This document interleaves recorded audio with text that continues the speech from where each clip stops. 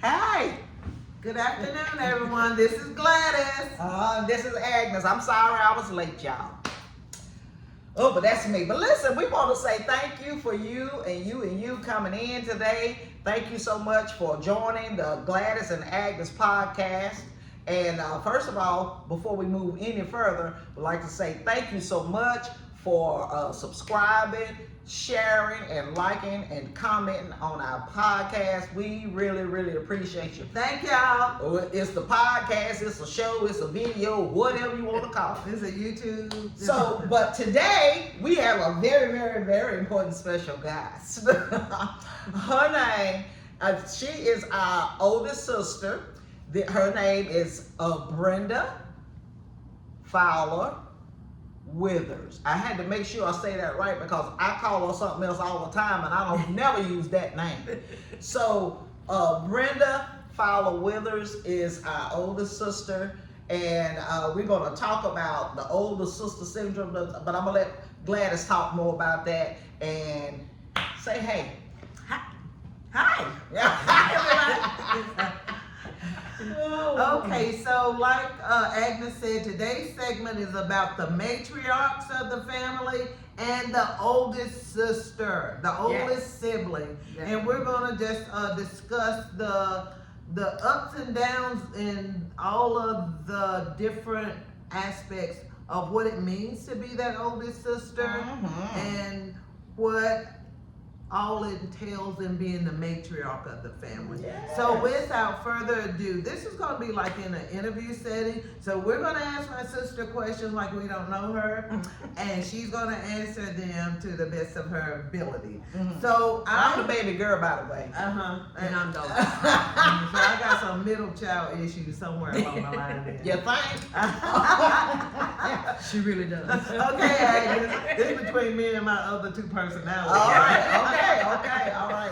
Okay, so without further ado, I would like to start off by asking you, do you think that our parents intentionally depended on you as like our, the third parent? It didn't start out like that. It did not start out like that. But as I started learning how to cook, and they seen that I was taking an interest in cooking, and they start teaching me different ways of cooking, the favorite foods, the stuff that they like, especially my dad. Those pinto beans. If I burn them, he knew it. But as I learned how to cook, it turned into that. It turned into depending on me to do certain things. You picked up responsibilities just by showing initiative. And I was just having fun learning how to cook in the kitchen. I didn't know it was turning into that. Wow. So what's some of the titles maybe that you think that you kind of grabbed a hold to? Oh Lord, I was the babysitter. I was the cook. I was the hair dresser. And then I cleaned. The housekeeper and disciplinary. Yeah, I was disciplinary because when nobody was there, I had to make sure their siblings did right. If they didn't, I would get it when the parents come home if I didn't keep everything straight. Right. Sometimes I would be a fight trying to keep them together because they didn't want to do what I said because I was a child too. Yeah. And she was a referee as well. Yeah. Because sometimes you just let them go at it.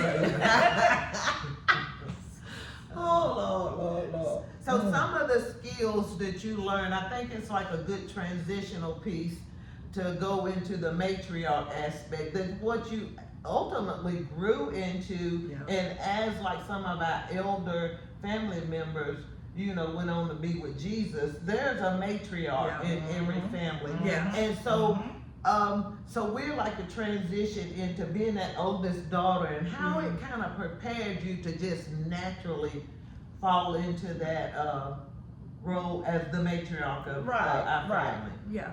Well, see, the thing about it is I learned as they were teaching, I was taking all of this in, taking it all in. So even when I had kids, it wasn't no problem. I knew exactly what to do. I knew exactly what to do. And then when as my sisters and brothers got older, they would ask me questions. I already knew what it was. I already knew. I had the information to send to give them exactly what to do when the baby had colic. When this is because I had to learn When you at a had your young own children. Yeah, I had to learn at a young age, and then I used it on my kids, and then I shared that information with y'all. Yes, absolutely, absolutely. Yes. So do you have any more questions while we're still in that oldest sister kind of thing? Because Well, I mean, did you even like us? I wouldn't have liked us. I love y'all, but sometimes I didn't. Yeah. Okay, that's honest. Because y'all would fight back because I was not the parent. I was a sibling too. I was your older sister. So what are you gonna tell me? Yeah, You're not my mama. You were a child too. I was a child too. Right. So that's what made the job harder. Right. So that gives me, that's a good segue for me to ask the question, what parts of that childhood or what parts of your growing up and being that oldest daughter and all of the weight and responsibilities on your shoulders, did you ever harbor any kind of resentment to being in that position? And then if I said no, I'd be lying. I did. I did, and it sort of caused me to have depression because it was so much responsibility. And it wasn't that I hated my parents because they had to work. It was 6 kids, and both of them had to work. And I felt like I was in a place that I couldn't get out. And so I just went into my own self and just realized this is something I have to do. And it started I started dealing with depression a lot of times. So while you were sitting around looking all crazy and stuff, then I would get up and start working because that's what keeps me from going into depression a lot of times. And nobody considers being denied childhood would make you Because feel all I some wanted kind to of do way. was go out and play with the kids. Yeah. I lost my childhood because I became an adult at a young age. Yeah. Well, you know what? I'm gonna say that this is happening a lot. Yes. All over the world, but I know for sure in America because I see it on the daily basis. Yes. Where that oldest child, sometimes they be 9 and 10 years old cooking, sometimes 5 and 6 years old With a baby on their hip. taking care of a 2 and a 1-year-old or an infant, and childhood just stricken from them, so I can understand and I see it. I see it in the work I do. I see it. And a lot of my dad's friends would say, she's gonna make somebody a good wife. I said, shoot, I'm already married. Yeah. Because I'm taking care of the kids, cooking, cleaning, and doing everything that a wife would do. But I love my siblings. I love my mom and my dad. They did what they had to do, and I wanted to help them, but I did not want to take over. Right. I wanted just help because I was the oldest. It's an awkward position, and there's an actual name for what you just discussed. And I've heard it so much, and what you're saying resonates with everything I've ever heard about. There's such thing as the oldest daughter syndrome. Yes. It's a syndrome, and you know what? And I appreciate your honesty about that depression part of it, because everyone I've ever heard about speaking about that role of being an oldest daughter and having younger siblings, that was a component of it. Right. So Right. I appreciate your Because you're in a honesty. place you can't get out. Yeah. And so you go within yourself. Yeah. To keep it going, to keep going. That's part of that childhood trauma. Yeah. But tell me something. So, how old were you when you had your first child? I was 18. You were 18. Did you feel like that your duties kind of transferred from us to her, to your firstborn? Yes, because After I just kept right on going. And then you were my babysitter. Well, I was 10. Yeah, she was 10 and she was my babysitter because I'd be working second shift and I would come home and she would be taking care of her. And it's almost like she stepped into my shoes. Like I stepped out into my mom's shoes. And it was one thing we had a conversation about a while back, and you said that you were like the guinea pig child. Yeah. Yeah, and I think a lot of the firstborns are like that because Yeah. these are two grown people. They first time being a parent. Don't know nothing. It's trial and error. Yeah. It's That's trial right. and error. That's right. So yeah, I remember her tell my sister Bunchy telling me that she was the guinea pig Yeah. kid. Yeah. Yeah, but that's, you know what? But like there again, that happens because you know the parents can't wait for that oldest child to get old enough to babysit. Yeah. So they quit paying these $700 child care bills. Yeah.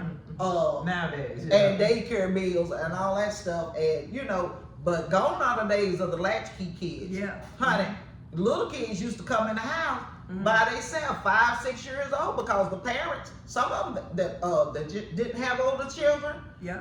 them kids would go in there, open the door, and go in the house. Don't you answer the phone? Don't you open the door for nobody? Don't you cook nothing? Yeah. I'll be home in an hour. So, but we had a in-home babysitter, but everyone don't have that luxury. And I she was walked a home- bad. Go ahead. I'm I sorry. walked home from school with them all the way home, but one time, the funny thing that happened was that I went out for basketball. I went out for basketball and they walked home by themselves.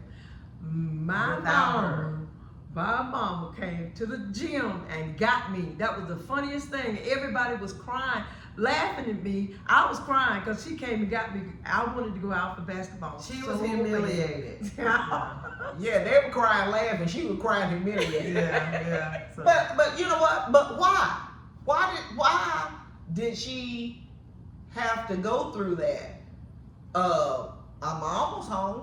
That was evident there. But there were certain things, I'm gonna be honest with you. There were certain things, I'm just be honest, that this one could do better than my mama, to the point where a lot of times me and Mega Boy, we fell in behind her. Most of the time, because she was like mama most of the time. So you know, yeah, we gravitate to those that nurture us the most. Right. And that is what that's what helped her transition into being the matriarch of our family. Yeah, that. Because she learned to be a nurturer early on. And you know what? She took it and wore it like a badge. And we wore it out. And we did. And you know what? I'm still wearing it out. I'm older now. And I wish I could have like just turned around one day and said, you know what, you deserve to be nurtured and petted on something too. But it seemed like every time I see it, I want to tuck up under and just, I mean, And I said, it's gonna be all right. It's gonna be all right. yeah, never once have I attempted to like say, girl, it's gonna be all right. If she upset, I still like get nudged up under her, want her to hug me. So yeah, she's got that nurturing thing down pat, and I think it come from, you know, I had to put my feelings aside siblings. to take care. Yeah. To take care of my siblings, and it was hard sometimes, but I look back now and say, you know, we did a good job. Yep, it taught you It taught me some a lot. life lessons. Yes. Yeah. Because you Conflict ask the resolution. Lord, why did I have to go through so many things, and it's because I needed to teach afterwards. I needed to teach afterwards. I needed to let y'all know that you know we made it through.